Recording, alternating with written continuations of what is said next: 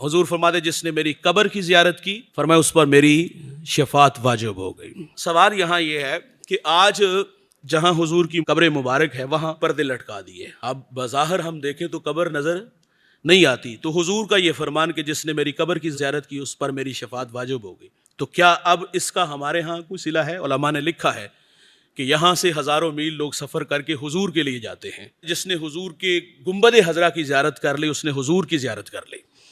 वादा है उसके लिए कि उसको अल्लाह जन्नत अता फरमाएगा। यहाँ मैं एक अर्ज़ करता चलूँ यार, जो हुजूर की कब्र की ज़ियारत करे उसके लिए जन्नत का वादा है, और जो हुजूर के पहलू में दो हुजूर के महबूब दोस्त हैं जिन्होंने जागते हुए देखा और मज़ार में भी हुजूर के साथ हैं, उनकी अजमत का आलिम क्या होगा।